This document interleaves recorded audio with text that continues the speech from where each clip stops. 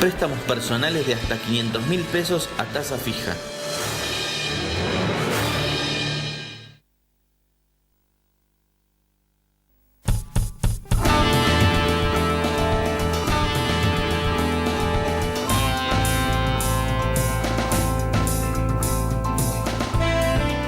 Hola, ¿cómo están? Muy buenas noches, bienvenidos a Economía 4D, como siempre, jueves 9 de la noche, hoy jueves 13 de julio. ¿Cómo estás, Gustavo? ¿Cómo te va, Agustín? Realmente, yo diría un día muy triste, porque si empezamos con el lenguaje, la semántica y la era de la posverdad, por ejemplo, el tema de PepsiCo, ¿no? Algunos lo llamaban desalojo. Sí, desalojo. En definitiva fue una brutal represión. Sí, de hecho el hashtag de nuestro programa del día de hoy es represión, para poner énfasis en esa palabra que hoy a la mañana muchos medios de comunicación intentaron eludir, no utilizar, buscar algunos sinónimos más blandos. La verdad que lo que ocurrió esta mañana, digamos, lo condenamos desde acá, fue una brutal, ahí tenemos algunas imágenes de lo que ocurrió esta mañana en PepsiCo. Recordamos, despidieron 600 trabajadores, una empresa que en su momento argumentó que por ciertas cuestiones le convenía empezar a producir en otra planta en Mar del Plata y que por eso echaba a los trabajadores. Además, empezaron a verse los últimos días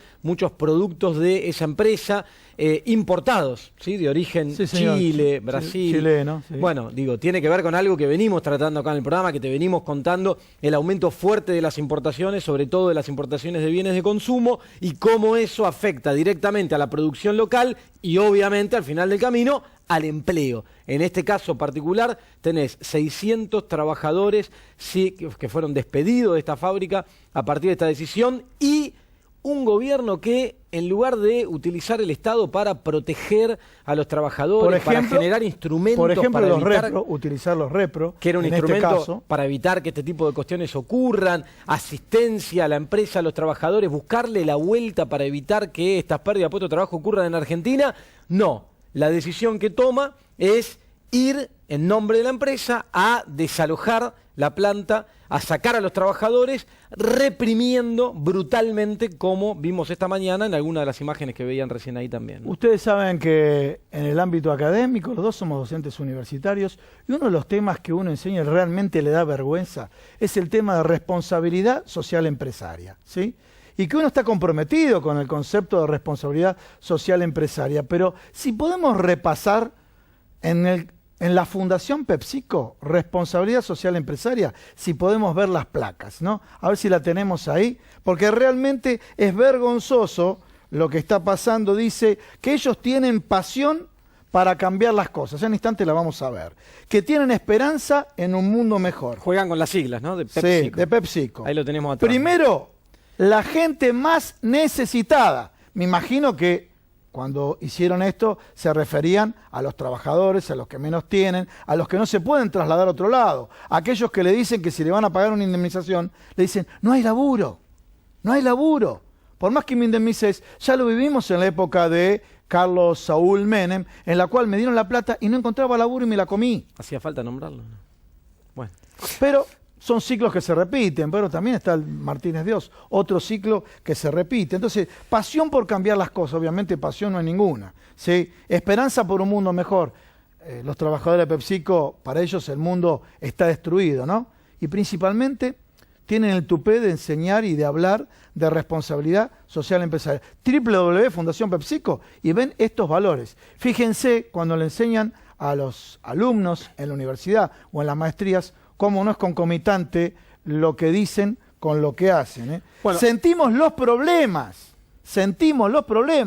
Acá no sienten nada, no le importan nada, y sabemos que la jueza que dio la orden de represión está ligada a Cambiemos. El ex marido es un dirigente que él mismo que felicitó la gestión de la jueza. Y por otro lado, el vicepresidente de PepsiCo, ¿sí? Y me refiero a Bombau. Bueno, a ver, fue titular en torneos y competencias.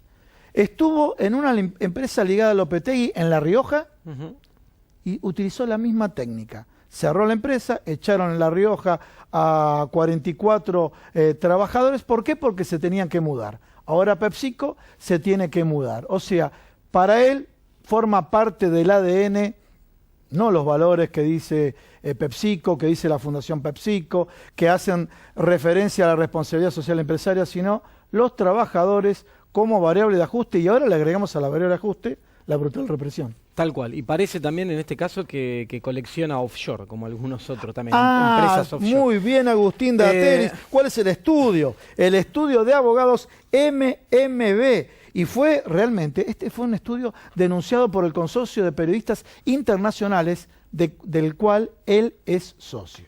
Si te parece, vamos a hacer una cosa, en esta modalidad de programa nuevo que todos estarán mirando acá con el estudio nuevo, en un rato te vamos a contar quiénes son los invitados. Yo te quiero hablar ahora un ratito, pero primero quiero darle la palabra a un invitado que tenemos esta noche que se tiene que ir a otra obligación y me gustaría tener su impresión económica de lo que está ocurriendo en Argentina. Y después que terminemos con él, te voy a contar otra imagen terrible que tuvimos en las últimas horas sobre lo que está pasando con la economía argentina, que nosotros te contamos acá programa a programa, las imágenes que tienen que ver, te vamos a mostrar y te vamos a explicar lo que hay detrás de eso, lo que ocurrió ayer en los supermercados a partir de una promoción que lanzó el Banco Provincia. Ahora te cuento, pero primero, antes de presentarte al resto de los invitados, te presentamos a Andrés Aciaín, economista que nos está acompañando acá esta noche. ¿Cómo andás, Andrés? ¿Bien? ¿Qué tal? Buenas noches, ¿cómo les va? Bueno, como les dije, sé que está con obligaciones, se tiene que ir y queríamos tu impresión como economista de lo que está ocurriendo en Argentina. Bueno, despidos, caída del consumo, inflación, te agrego otro dato, ¿no? Tenemos el caso de cierre de Walmart, directivos tanto del supermercado Disco Bea, corren la versión que el supermercado que no da los números cierra, corren la versión.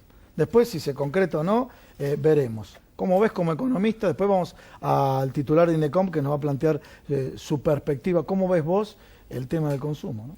Bueno, yo lo que veo es que las consecuencias que se están dando en materia económica parten de lo que podríamos decir un error de concepción, ¿no? Que surge cuando uno aplica para un país la lógica de una empresa, ¿no? Tenemos un gobierno de empresarios, donde los empresarios, uno habla con un empresario siempre que te dice, no, pago mucho impuesto, no, pago mucho de salario, no, pago...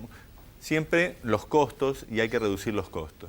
Esta lógica, que está bien para un empresario individual, ¿qué problema tiene cuando se aplica a una economía? Que los costos, esto que el presidente dice hay que bajar el costo argentino, del otro lado del mostrador es el ingreso de los argentinos. Porque los economistas sabemos que el costo uno la pone, el otro la recibe. Y la gasta. Claro, para mí es un costo empresario, pero para los demás es un ingreso, el ingreso del trabajador, el ingreso del Estado, ¿no? Entonces, esta política que ellos empezaron de reducir costos, por ejemplo, es más barato importar de afuera que producir localmente por los altos costos laborales. ¿Qué termina haciendo? Se echa trabajadores a la calle. Estos 600 trabajadores despedidos son un menor costo para PepsiCo, pero para la Argentina son también 600 consumidores menos. 600 tipos que ya dejan de tener un salario para ir a gastarlo. Que claro, si solo PepsiCo diría esto, por ahí no pasa nada porque va a seguir vendiendo gaseosas. Pero ¿qué pasa? Cuando esto se vuelve una política de Estado y cuando desde el gobierno se fomenta con el eslogan de reducir el ingreso de los argentinos, ellos dicen costo, pero es reducir el ingreso de los argentinos, los despidos, las bajas de impuestos, la baja de aporte, el desfinanciamiento del Estado, el sacarle la plata del bolsillo a los trabajadores con la excusa de la flexibilización, que los costos... ¿Qué termina pasando? Se termina achicando el mercado interno, porque los trabajadores no tienen capacidad de consumo, porque el Estado no tiene capacidad de hacer obras. Y cuando pasa eso, los que terminan perdiendo después son muchos del sector privado, que van a ver caídas sus ventas. Entonces, hay una contradicción que parte de no comprender que lo que es un costo para un empresario individual, cuando vos manejás un país, deja de ser un costo y pasa a ser un ingreso. Y que lo tenés que medir de esa manera. Y que fomentando, como están fomentando, la reducción del costo del argentino, lo que están haciendo es bajando los ingresos del argentino y generando una depresión económica. Esperan que siempre, digamos, de dónde venga la solución, bajo una visión colonialista, porque hay una idea bastante colonialista dentro de este programa económico, ellos dicen, bueno, la solución va a venir siempre de afuera. Entonces, mientras apretamos... lluvia de inversión. Lluvia de inversiones, exportación, siempre mirar viene de afuera. Entonces, mientras matan el motor interno de la economía, que es el consumo de la gente, que es un Estado con capacidad de hacer obras, con fuerte presencia, mientras matan la economía interna, esperan un milagro de afuera. Y los milagros no van a venir de afuera, porque Argentina hoy no tiene chance de convertirse como fue en otra época el granero del mundo. El mundo es diferente.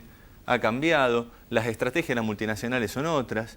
Meterse en esa competencia que ellos quieren meterse de reducción de costos, yo siempre digo, si la estrategia es competir con China e India con salarios de hambre, miren muchachos, China e India tienen salario de hambre, Haití, Sudán, otros países también, y no reciben inversiones ni crecen, ¿no?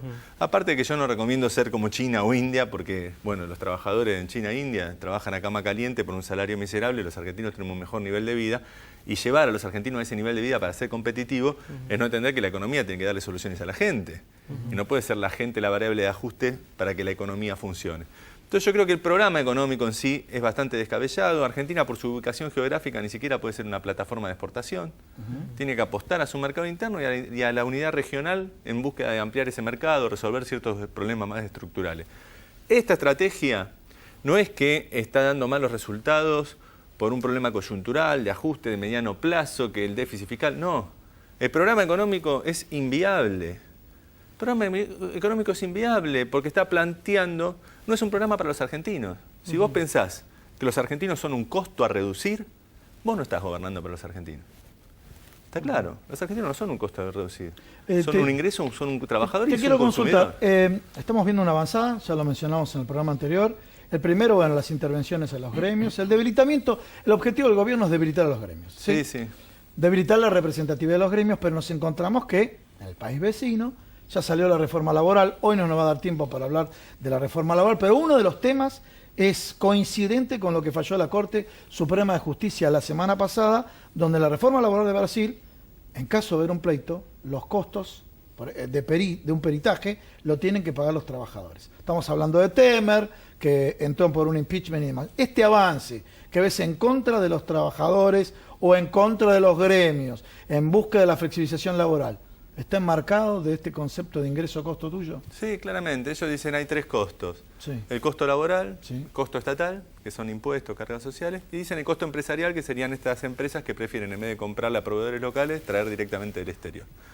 En el marco del costo laboral, ellos dicen, bueno, ganamos políticamente al populismo. Ahora lo tenemos que derrotar socialmente para lograr bajar estructuralmente estos costos. ¿Qué es derrotar socialmente al populismo? Son las instituciones que ellos denominan intermedias. Claramente, en el costo laboral, la institución intermedia a derrotar es el sindicalismo.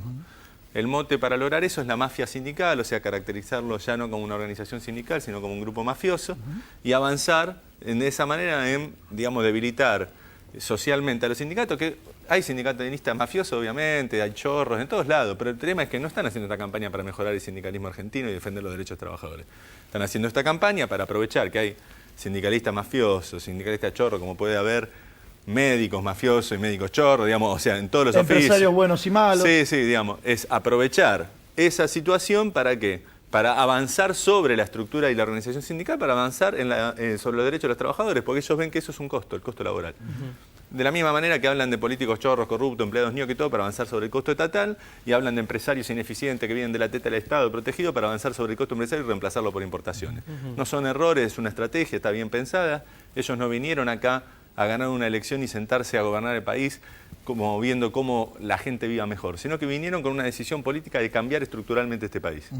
Y ese cambio estructural ellos lo llaman bajar el costo argentino, para eso tienen que atacar estas instituciones intermedias y eso es un programa que se está llevando a cabo. Y las consecuencias que se ven en la calle, la represión, el desempleo, la caída del consumo, son las consecuencias de un programa económico pensado y buscado porque favorece a algunos grupos minoritarios. Andrés, para cerrar te pregunto, mucha gente que nos ve está preocupada, nos pregunta y hay muchas voces economistas que dicen cosas diferentes. Vos como analista económico, ¿cómo ves la inflación de acá a fin de año? El gobierno celebra y anuncia que se desacelera, otros dicen guarda que no, ¿vos cómo lo ves? Mira, nosotros creemos que va a estar relativamente estable con por ahí un posible, digamos, ya no va a bajar más, por ahí con simples repuntes en los próximos meses por la suba de los combustibles, la subida del dólar. Y que va a depender mucho hacia fin de año de si se va a hacer o no un ajuste más brusco de las tarifas y el dólar. En ese caso se volvería a acelerar. ¿Ves cerrando el año alrededor de cuánto? No, nosotros vemos hasta las elecciones llegar con un 23-24% y hacia fin de año acelerarse a cerca de un 30% si se concreta la devaluación y aumento de tarifas postergados, ¿no? Ese es un poco el pronóstico. O sea, tu estimación es preelectoral y postelectoral. Y postelectoral. Incluso, bueno, en términos de actividad, nosotros creemos también que puede llegar a levantar un poquito, más que nada motorizado por la obra pública y la construcción, hasta las elecciones. La parte de consumo va a estar un poco más parada porque, bueno, el aumento de los combustibles y el dólar sigue aumentando, va a golpear en el bolsillo de la gente, y aparte la política de apertura importadora golpea a muchos sectores productivos, genera desempleo. Así que va a estar más que nada movido por lo que es obra pública, un poquito del sector agropecuario, sobre todo los commodities pampeanos, pero que ya casi ni dólares derraman en la economía argentina porque no tienen obligación de liquidarlos. Entonces no va a haber un movimiento económico importante e incluso no va a ser un movimiento generador de empleo, ¿no? Salvo la construcción va a compensar un poco la pérdida en la industria, pero no es que vamos a tener un crecimiento con movimiento de empleo. Y la perspectiva para el año que viene es muy dependiente de la política económica. Si se confirma lo que anuncian los sectores más financieros y algunos grupos de gobierno, que el año que viene es el año del ajuste para bajar el déficit fiscal, claramente este es un repunte electoral, ¿no? Y después se pincha y volvemos vuelve el año de recesivo. ajuste. Bueno, vamos. Gracias, Andrés, por haber estado Muchas acá gracias a esta ustedes. noche. Hacemos una pequeña Sí, vamos pausa, a un pequeño ¿no? corte, Dale, dale, y te vamos. contamos los invitados que tenemos, dale.